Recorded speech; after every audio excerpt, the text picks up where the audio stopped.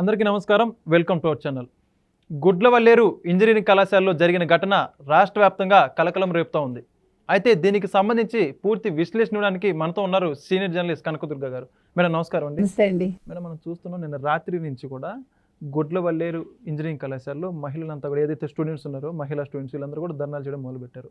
అయితే అక్కడ జరిగినటువంటి సంఘటన ఏంటి, దీని వెనుక ఏదన్నా కుట్రకోణం దాగి ఉందా, మీరేమంటారు? ఒక అమ్మాయి అబ్బాయి వాళ్ళు పర్సనల్గా కలిసిన వీడియో ఏదైతే ఉందో అది ఆ అబ్బాయి తీసుకెళ్ళి వాళ్ళ ఫ్రెండ్స్కి చూపించి ఆ ఫ్రెండ్స్ అందరూ కలిపి ఆ అమ్మాయిని బ్లాక్మెయిల్ చేసి ఇది నువ్వు మా మాట వినకపోతే దీన్ని మేము అప్లోడ్ చేస్తామని అట్లా స్టార్ట్ అయింది. ఇది స్టార్ట్ అయింది ఎట్లా ఎంతవరకు వెళ్ళిందంటే ఈ అమ్మాయి ఇంజనీరింగ్ కళాశాలలో ఈ అమ్మాయి కూడా చదువుతూ ఉంటుంది. అయితే అక్కడ ఇదేంటంటారు బాత్రూంలో కెమెరాస్ పెట్టించారు. వీళ్ళు పెట్టించాక 300 మంది అమ్మాయిలది వీడియోలు తీసి వీళ్ళు సర్క్యులేట్ చేసేసారు.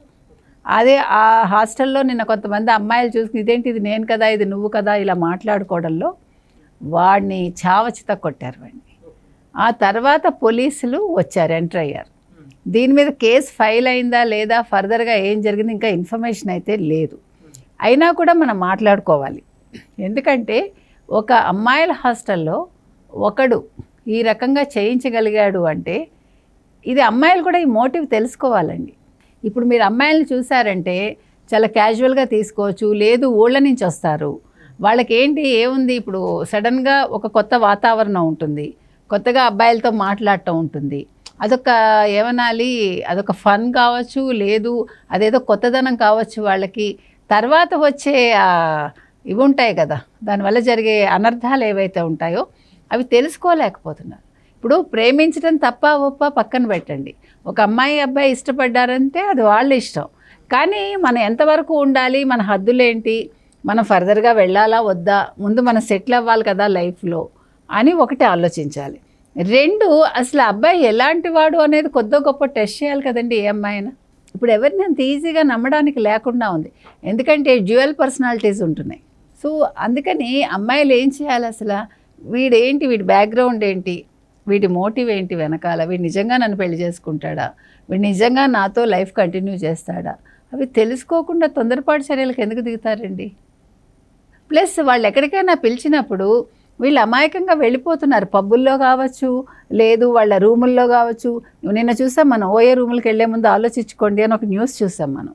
ఎందుకు చెప్తున్నారు, అమ్మాయిలు మీరు తొందరపడి మీ లవర్స్ తోటి వెళ్ళకండి, ఎందుకంటే అక్కడ సీసీ కెమెరాలు పెడుతున్నారు. ఏంటి ఇంత చదువుకుంటున్నారు పిల్లలు, ఇంత సోషల్ మీడియాలో ఉంటున్నారు, పూర్వకాలం అంటే ఇవన్నీ ఏమీ లేవు, ఎందుకు ఇంత అమాయకంగా మోసపోతున్నారో మనకు అర్థం కాదు. ఇప్పుడు ఎక్కువ టెక్నాలజీ పెరిగే కొద్దీ మీకు ఇలాంటి నేరాలు ఎక్కువైపోతున్నాయి. మీరు గమనిస్తే ఎప్పుడైతే మనకి జీవితం అరచేతిలోకి వచ్చేసిందో ఈ నేరాల సంఖ్య, నేర ప్రవృత్తి కూడా ఎక్కువైపోతుంది. అంటే నేర ప్రవృత్తి పెరగడానికి చాలా రీజన్స్ ఉన్నాయి. ఒకటి సోషల్ మీడియా, ఒకటి ఫోన్లో మనకి అడ్డమైన అశ్లీల చిత్రాలు దొరకడం, తర్వాత గంజాయి అనేది గత 5 ఏళ్లలో పెరగడం, డ్రగ్స్కి అలవాటు చేయడం పిల్లల్ని. తర్వాత ఇప్పుడు మీరు చూశారు వైజాగ్ చుట్టుపక్కల ఆ గిరిజనులు ఎవరైతే ఉన్నారో వాళ్ళకి పెట్టుబడిగా ₹1,00,000 ఇచ్చి వాళ్ళ చేత గంజాయి పండించి దాని మీద వీళ్ళు కోట్లు సంపాదించి ఈ గంజాయిని బడి పిల్లలకి, తర్వాత కాలేజీ పిల్లలకి అలవాటు చేసి దాంతో ఇవన్నీ జరుగుతున్నాయి. అంటే ఈ నేర ప్రవృత్తి పెరగడాని వెనకాల ఇంత కారణాలు ఉన్నాయి. దీనికి మళ్ళీ వైసీపీనే కారణం. ఎందుకంటే వైసీపీ వచ్చాకే ఈ గంజాయి అనేది ఇలాగా జరగడం కావచ్చు, దొరకడం కావచ్చు, లేకపోతే డ్రగ్స్ మాఫియా పెరగడం కావచ్చు, స్కూల్ పిల్లలకి చాక్లెట్స్ రూపంలో గంజాయి డ్రగ్స్ అమ్మటం కావచ్చు, ఇవన్నీ మనం గత 5 ఏళ్లలో విన్నాం. అంతకుముందు మనం విన్నామండి? ఈరోజు మీకు గంజాయి అంత విచ్చలవిడిగా దొరుకుతోందంటే ఒక తోటకూరలాగా, ఒక పాలకూరలాగా, ఒక ఆకుకూరలాగా దొరికింది అక్కడ. అంటే ఎవరిది బాధ్యత? ప్రభుత్వందే కదా. అంటే గత ప్రభుత్వం మనం మాట్లాడేది. ఇప్పుడు ఈ ప్రభుత్వం చర్యలు చేపట్టింది, ఇంకా 2.5 నెలలు అయింది. So it will take time. 75 రోజుల్లో వాళ్ళు ఏం చేస్తారు? 5 ఏళ్ళు పాతుకుపోయిన దాన్ని వేర్లతో సహా పెకిలించాలంటే టైం పడుతుంది. సో మన అమ్మాయిలకి ఏం చెప్తున్నామంటే, మీరు ప్రేమిస్తారా ప్రేమించరా అది మీ ఇష్టం, మీరు కలిసి ఉంటారా, పెళ్లి చేసుకుంటారా, విడిపోతారా కూడా మీ ఇష్టమే, దాన్ని ఎవడు కాదండు. కానీ ఒక తప్పటడుగు వేసే ముందు ఆలోచించండి అని చెప్తున్నాం అంతే. ఎందుకంటే ఇప్పుడు మనం మీరు ఇలా తిరక్కండి, ఇలా ఉండండి అని నీతులు చెప్పామనుకోండి, మీరెవరని మన అడుగుతారు. తల్లిదండ్రి మాటే వింటలేదు, ఇంక మనం ఎవరో మాట్లాడటానికి. ఎవరి ఇండివిజువాలిటీ వాళ్ళది. 18 years వచ్చాక వాళ్ళు మేజర్లు అయ్యాక they need not listen to anybody అనుకుంటున్నారు వాళ్ళు. అలా కాదు, మనం ఒక సొసైటీలో ఉన్నాము, మనం ఒక కుటుంబంలో ఉన్నాము, మనం కొన్ని కట్టుబాట్లలో ఉండాలి. లేదు, కుటుంబంలో మనం ఉన్నప్పుడు మనం ముందు మన కాళ్ళ మీద మనం నిలబడ్డాక ఒక డెసిషన్ తీసుకుందామనే ఆలోచన ఎవరికీ లేదు. ప్రతిదానికి నా ఇష్టం అనే పదం ఒకటే దొరుకుతుంది. మీరు గమనించారంటే చిన్నపిల్లల దగ్గర నుంచి పెద్దవాళ్ళ వరకు మీరు ఏదైనా వద్దన్నారనుకోండి, అయితే ఏంటి, నా ఇష్టం, నీకేంటి అంటే సాధారణంగా జరుగుతున్న విషయాలు ఇవి. చిన్న విషయాలకి అదే మాట, పెద్ద విషయాలకి అదే మాట. ఇప్పుడు ఆ అమ్మాయి ఏం చేసి ఉండాలి, ఇలా అవ్వగానే వాళ్ళు అలా బెదిరించగానే ఆ పిల్ల లొంగిపోకుండా లొంగిపోయినట్టు నటించి పోలీస్ కంప్లైంట్ ఇచ్చి ఉండాలి కదా. అంటే ఇది వైసీపీ హయాంలో జరిగిందా, ఈ గత 75 రోజుల్లో జరిగిందా అనేది కూడా బయటికి రావాలి. వైసీపీ హయాంలో కనుక జరిగి ఉంటే ఈ వ్యక్తికి ఏమైనా వైసీపీ వాళ్ళ అండదండ ఉందా? తర్వాత పోలీసులు కూడా అప్పుడు వినే రకం కాదు కాబట్టి పోలీసుల దగ్గరికి వెళ్ళటానికి భయపడి దీనికి ఒప్పుకుందా? అంటే వాళ్ళు వైసీపీకే కొమ్ము కాశారు కదా ఎవరు, పోలీసులు అందరూ కూడా. నిన్న IPS ఆఫీసర్లే వాళ్ళు పరిగెట్టుకెళ్ళి ముంబై ఫ్లైట్లో ఒక హీరోయిన్ కిడ్నాప్ చేసి తీసుకురాగలేంది. ఈ అమ్మాయి సాధారణ అమ్మాయి, పాపం ఒక చదువుకుంటున్న పిల్ల కాబట్టి వాళ్ళు ఏం చేసేవాళ్ళు, మళ్ళీ వాళ్ళు ఏ రకంగా ఈ పిల్లని టార్చర్ పెట్టేవాళ్ళో మనకు తెలియదు. కాబట్టి ఇవన్నీ ఉన్నాయి కనుక ఈరోజు ఈ జరిగిన దాంట్లో ఇప్పుడు బాధితురాలు అమ్మాయితో ఆగిపోకుండా ఆ అమ్మాయి వల్ల 300 మంది జీవితాలు ఈరోజు రోడ్డు మీదకి ఎక్కాయి. అంటే వాళ్ళ తప్పు లేకుండా. ఇది తప్పు కదా, ఇది చాలా తప్పు. ఇప్పుడు నీ లైఫ్ సేవ్ చేసుకోవడం కోసం 300 మంది అమ్మాయిల లైఫ్ నువ్వు పాడు చేస్తావా?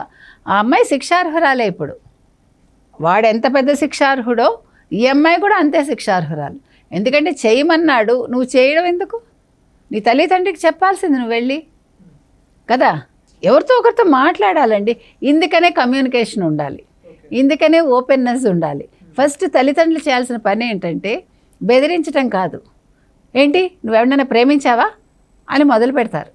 అప్పుడు ఆ పిల్ల చెప్పదు నిజాలు. సరే, నువ్వెవరైనా ప్రేమించావా, ప్రేమిస్తే ప్రేమించు, వాడు ఎవడు ఏంటి తెలుసుకో. ఇక్కడ కులం గోత్రం కాదు, వాడి క్యారెక్టర్ ముఖ్యం. ఫస్ట్ క్యారెక్టర్, వాడు సరైన వాడా కాదా, ఈ పిల్లని పోషిస్తాడా పోషించడా, లేదు ఈ పిల్లతో జీవితకాలం ఉంటాడా ఉండడా, ఇవి కదా చూడాలి. అక్కడ అది జరగట్లేదు. అంటే పేరెంట్స్ ఓపెన్గా ఉండట్లేదు, పిల్లలు ఓపెన్గా ఉండట్లేదు. మనం ఏం చెప్పాలి, నీకు ఏది ఉన్నా నువ్వు నాతో పంచుకో అని తల్లి చెప్పాలి, తండ్రి చెప్పాలి. అది ఉండాలి. మనం పిల్లలకి చెప్పాల్సింది స్కూల్ పిల్లలకైనా అంతే. చిన్నప్పటి నుంచి మనం గుడ్ టచ్ బ్యాడ్ టచ్ ఎట్లా చెప్తున్నామో అట్లాగే, అమ్మ నీకు ఏదైనా సమస్య ఉంటే నాతో పంచుకో, నేను నిన్ను తిట్టను, నేను ఎవరిని ఏమీ అనను, నీకు ఇబ్బంది లేకుండా చూసుకుంటాను అని ప్రతి పేరెంటు చెప్పాలి, చెప్పి తీరాలి. లేదు ఇది మన కులం లేకపోతే ఇది మన మతం, అవసరం లేదు. ఇక్కడ కుల మతాలు కాదు, మన పిల్లలు ముఖ్యం. మనకి మన పిల్లలు ఇబ్బంది పడకుండా బయటికి వెళ్ళి ఇంటికి సెక్యూర్డ్గా రావాలి. వాళ్ళు ఎటువంటి వాళ్ళ ఒంటి మీద చిన్న గీర కూడా పడకుండా వాళ్ళు హ్యాపీగా ఇంటికి రావాలి, హ్యాపీగా ఇంట్లో ఉండగలగాలి. అటువంటి వాతావరణం పేరెంట్స్గా మనం ఇవ్వాలి. పిల్లలుగా వాళ్ళు దాన్ని యూటిలైజ్ చేసుకోవాలి. యూటిలైజ్ చేసుకోకపోతే ఇట్లాంటి అనర్థాలు జరుగుతాయి.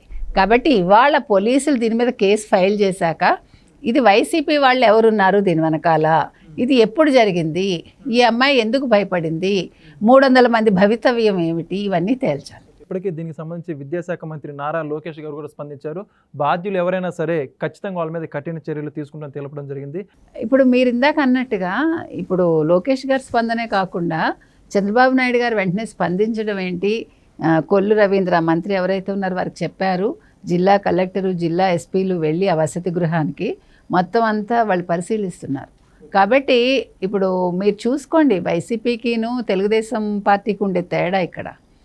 ఇప్పుడు ముంబై నటి ఇన్సిడెంట్ ఏదైతే ఉందో దాని మీద ఇంతవరకు అంటే సరిగా స్పందించలేదు ఎవరు, వైసీపీ వాళ్ళు సరిగా స్పందించలేదన్నాను నేను కదా.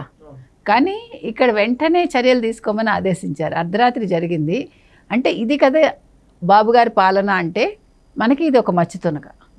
ఎందుకంటే అమ్మాయిల విషయంలో అందరూ కూడా త్వరితగతిని స్పందించాలి. అది బాబుగారు ఎప్పుడు చేస్తారు, లోకేష్ విద్యామంత్రిగా వారు కూడా చేస్తున్నారు, అదేవిధంగా పవన్ కళ్యాణ్ కూడా స్పందిస్తారు. ధన్యవాదాలు. Thank you